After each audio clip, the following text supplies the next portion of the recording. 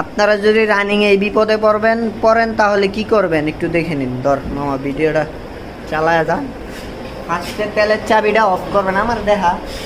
ফার্স্টে তেলের চাবিটা অফ করবেন, পুরো দিয়ে পুরো কার্বোর্ডের ওভারফ্লো লাইনটা খুলে দিবেন।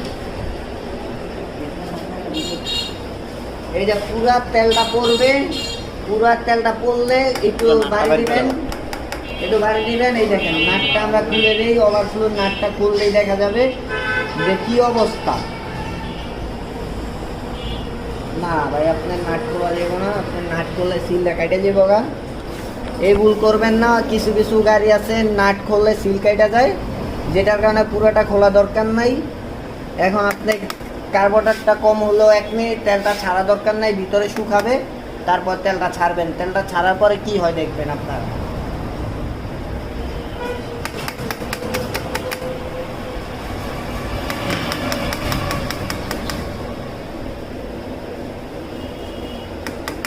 এই যে এখন আমরা তেলটা ছেড়ে দেব।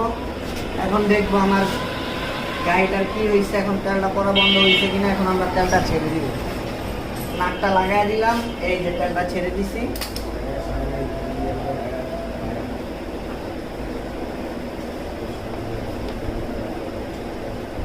দেখেন তেলটা অফ হয়ে গেছে। দেখেন এই তেলটা অফ হয়ে গেছে। এটা হলো ইমার্জেন্সি, যদি আপনি রাস্তাঘাটে বিপদে পড়েন তাহলে এই কাজটা করবেন।